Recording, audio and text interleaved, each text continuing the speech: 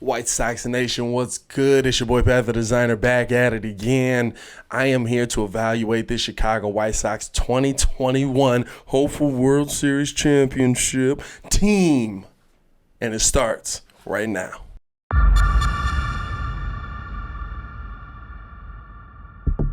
Now, if you are new to the channel, please like the video. Please subscribe to the page because we do talk Chicago sports weekly. We don't want you to miss a thing, so make sure that you hit that bell. Now, White Sox coming into a season with a lot of high hopes. You've got the AL MVP on your team and Jose Abreu. You've got the man, the myth, the legend, Tim Anderson on your team. You've got the third baseman with the best vocals and best moves in baseball on your team in Yoan Moncada. And so we look at this team with very high hopes. But let's actually break this team down. Let's look at what's on this team, how this team should be able to perform this season, and see what we should expect from them this coming season. Now, I'll go through some real quickly, some of the names that I'm certain and kind of sure will be on this roster for the White Sox. You think about Jose Abreu, absolutely, over at first base, Yasmani Grandal at catcher, probably Jonathan LaCroix too. Probably Jonathan LaCroix is your number 2 catcher, man. We're gonna miss McCann. I thought honestly we were gonna lock up a lot of money into our catcher position alone. Second base, Nick Madrigal.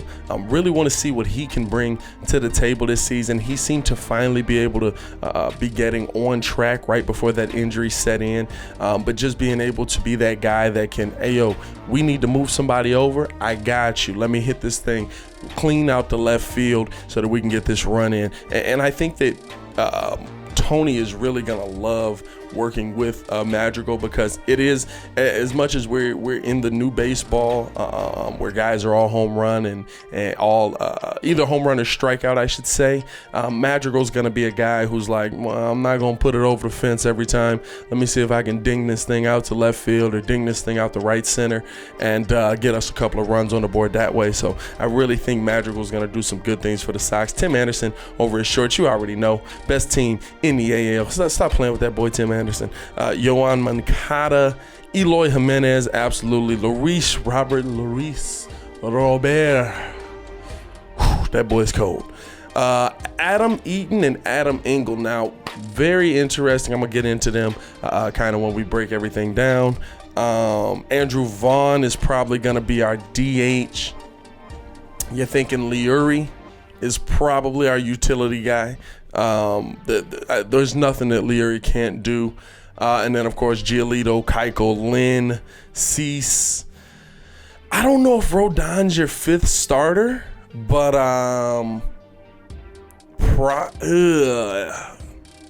that's a tough one to me.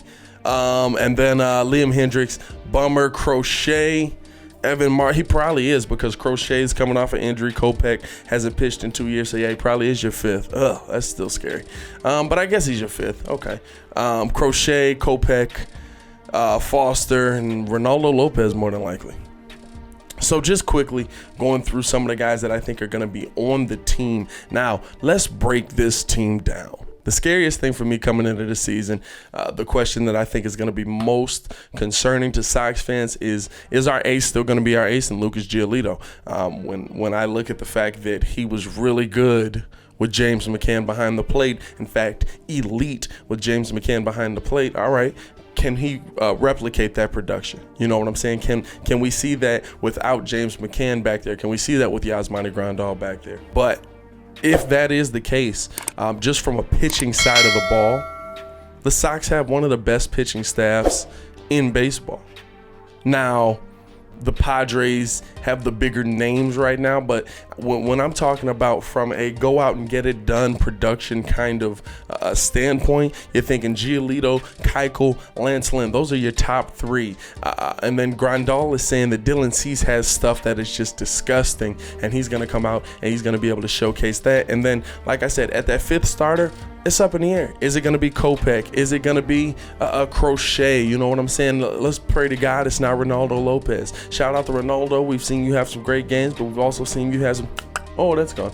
But then you go to the fact that you got Liam Hendricks and Aaron Bummer also in your bullpen. So, you know what I'm saying? Like, there are names on this pitching staff that this could be a dominant pitching staff. When you think about just the top 3 on your starting lineup, if you're able to get through those guys, then you got the bullpen coming in with Kopech and Crochet and everything that they can do with the power they can put on the ball. But I would say, in all honesty, the White Sox pitching staff this season, at least the top 3, put them up against anybody in baseball.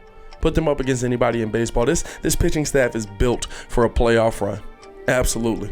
Absolutely. Now, before I continue with the video, I want to know how you guys are feeling about the 2021 White Sox. Let me know in the comments below. I'll be down there talking with you as well. Now, as far as offense, I don't think any of us in here are worried about the White Sox offense. Am I right? You think about the thumpers that are on this team: Luis Robert, Tim Anderson, Jose Abreu, Grandal, Eloy Jimenez. I could keep going. This team has so many names on it.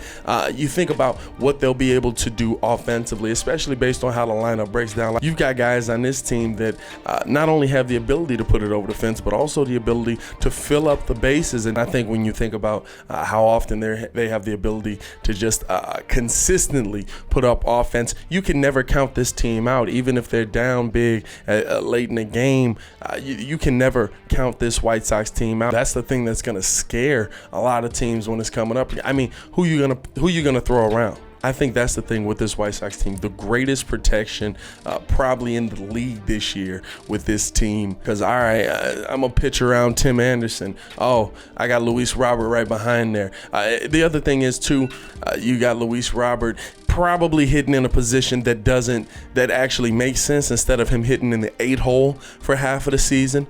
I don't know what was going on with Ricky on that one, but hey, to each their own. But you probably got him protecting TA or Jose Abreu, one or the other. You know what I'm saying? You're not going to pitch around TA because you got Luis Robert there. You're not going to pitch around Luis because you got Jose Abreu there. You're not going to pitch around Jose because you got Eloy there. You're not going to pitch, like, it's going to be crazy this season offensively. And you got to attack these guys or you're going to be down big, because if you decide to pitch around everybody, what do you think? They're not going to be able to knock in a couple of runs? Come on now. I don't think that it's going out on a limb at all saying that the Chicago White Sox are going to have the most potent offense in MLB this season. And if you pair that with the fact that I just said they've got one of the best pitching staffs and arguably one of the best top 3s in baseball, come on now. Come on now. We're talking about W's on the South Side this season. We're talking about W's on the South Side this season. Stop playing with it. Now, the interesting thing for me with this team is going to be defensively. You know what I'm saying? Not saying that they're going to be bad defensively, but I think that there are some things that are going to be interesting to see. And surprisingly, I'm going to be real with you, not really with Tim Anderson. If you look at Tim Anderson's defensive numbers from last season, he has vastly improved, and he's quickly turning the worst defensive shortstop in baseball, which a lot of you Sox fans like to throw out there when you're talking about Tim Anderson, usually after he says something that you don't like. Get over yourself. Stop being 110 years old. Baseball's changing. And here's where I kind of think things are going to change. To me, let's be real, Eloy's a DH. Eloy's a DH. Like, we watch him field in left field, and we literally live in fear of him hurting himself. We literally are just like, please don't.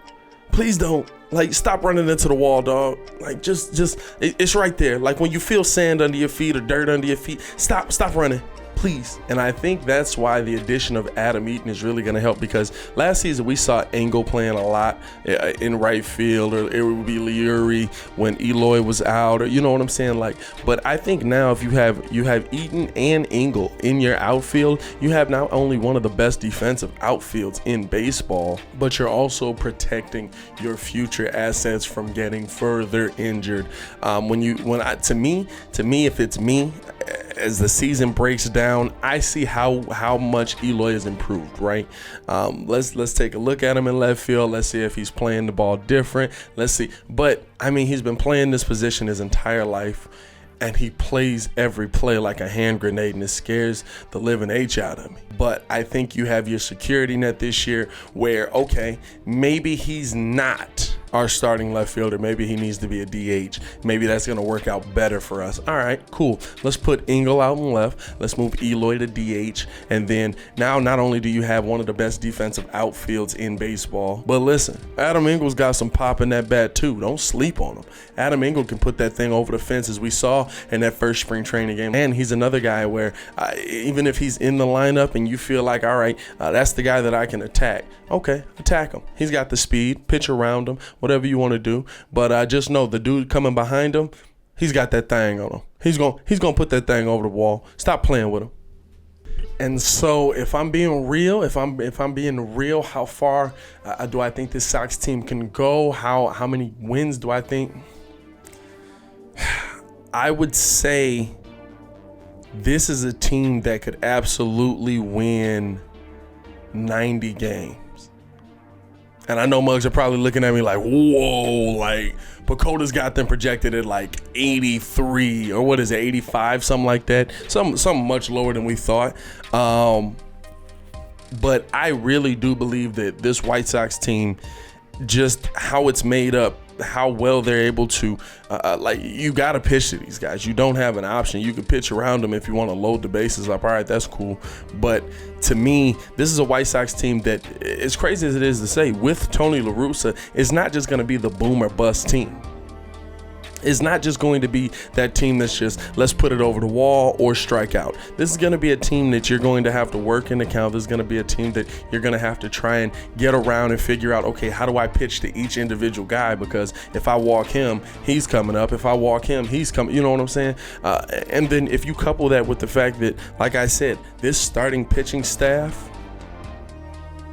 along with the fact that you have starting pitchers in your bullpen. And again, as surprising as the one thing that I think that Tony La Russa is actually going to improve with this White Sox team is the managing of this pitching staff, the managing of this bullpen. That's the one thing that he was really, really good at. And so if I'm looking at all of that, I'm going to say the Sox have an opportunity to win 90 games this season.